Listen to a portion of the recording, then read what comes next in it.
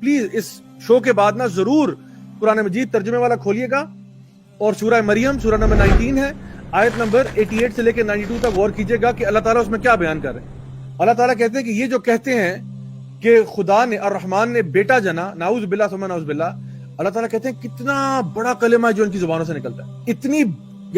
یہ اتنی بڑی بات ان کے منہ سے نکلتی ہے کہ اگر یہ پہاڑ اور زمین اور آسمان یہ سن لے تو پہاڑ ریزہ ریزہ ہو جائیں، آسمان پھٹ جائے، زمین 2 ٹکڑے ہو جائے کہ تم نے اللہ کے بارے میں اتنا بڑا شرک کہہ دیا کہ اللہ کا بیٹا ہوا. نعوذ باللہ ثم نعوذ باللہ.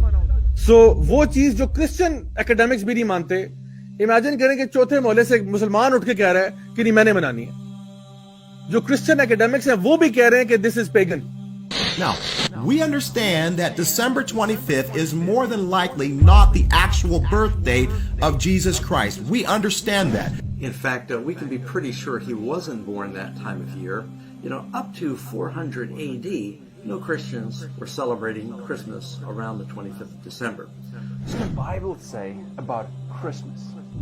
Well, if you look through it, it says nothing. Absolutely nothing. It doesn't even mention the date of Jesus' birth. یعنی یہ جتنی بھی میں نے آپ کو باتیں بتائی ہیں یہ میں نے کسی علامہ کا فتویٰ نہیں سنایا آپ کو، میں آپ کو کرسچن سورسز سے کوٹ کر کے بتا رہا ہوں کہ this is the history and the origin of the Christmas festival. نبی کریم صلی اللہ علیہ وسلم کی حدیث ہے ابو داؤد میں حدیث نمبر 4031 جس میں آپ نے فرمایا کہ جو بھی کسی قوم کی مشابہت کرے گا وہ انہی میں سے ہوگا. تو صحابہ کہتے ہیں ہمیں تو بڑی خوشی ہوئی یہ بات سن کے کیونکہ ہم تو نبی سے محبت کرتے تھے اور یہ ان کے ایکشن میں نظر بھی آتا تھا کہ وہ محبت کرتے تھے. تو they would act like him, they would be like him, they would try کہ ہم نبی کی سنتوں کو فالو کریں. لیکن آج ہم مسلمان ہوتے ہوئے کس کی سنت کو فالو کرنا چاہتے ہیں؟ یعنی وہ چیز جو کہ کرسچن اکیڈیمکس بھی کہہ رہے ہیں کہ بھئی ہمارا کوئی تعلق واسطہ نہیں ہے اس سے، یہ پیگن ہے، یہ شرک ہے، وہ بھی کہہ رہے ہیں شرک ہے اور مسلمان کہہ رہے ہیں نہیں میں نے کرنی. انا للہ و انا الیہ راجعون. سیریسلی شرم کا بہت شرم کا مقام ہے. آج اگر کوئی کرسچن جو ہے وہ کوئی غریبوں کو کھانا کھلانے کے لیے کوئی چیریٹی بناتا ہے تو ہم ان کے ساتھ ہیں. اگر وہ یتیموں کی مدد کرنے کے لیے کوئی چیریٹی بناتا ہے ہم ان کے ساتھ ہیں بیکاز یہ تعاون علی البر ہے. لیکن اگر وہ کہتے ہیں کہ آؤ شرک میں ایک چیریٹی بناتے ہیں، آؤ سب مل کے شرک کرتے ہیں، تو اس میں ہم ان کا کبھی بھی ساتھ نہیں دے سکتے. شرم سے ڈوب مرنے کا مقام نہیں ہے مسلمانوں کے لیے کہ مسلمان کہ نہیں جی ہم تو لائٹیں لگا رہے ہیں، اس میں کیا ہے، ہم تو جی یہ بتیاں لگا رہے ہیں، ہم تو کرسمس ٹری لے کے آ رہے ہیں جو کہ ایک پیگن فیسٹیول ہے. یعنی آپ سوچیں کہ انسان کی یعنی ڈاؤن فال کا کیا، اس سے نیچے انسان کہاں جائے گا.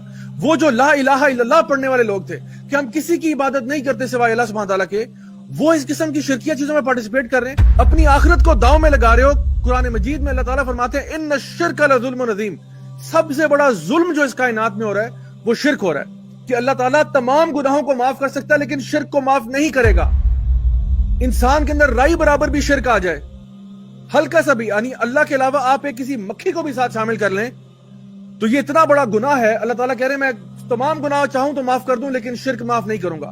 اور یاد رکھیں جو بندہ حالت شرک میں مرے گا اس پہ جنت حرام ہے. میری بات بہت غور سے سنیں. کبھی کبھار ہم اپنی اگنورنس میں ہم اپنی جہالت میں ایسے کفریہ کلمات نکال دیتے ہیں، ایسی کفریہ حرکتیں کر دیتے ہیں، ایسے شرکیہ اعمال کر بیٹھتے ہیں کہ ہمیں آئیڈیا ہی نہیں ہوتا کہ شاید ہمارے تمام کام ضائع ہو چکے ہو. تو یہ وقت آگے اگر آپ سے غلطی ہوئی ہے اللہ تعالیٰ سے معافی مانگ کے واپس لوٹیں اس طرف اور توبہ کریں کہ آئندہ ایسا کام ہم نہیں کریں گے.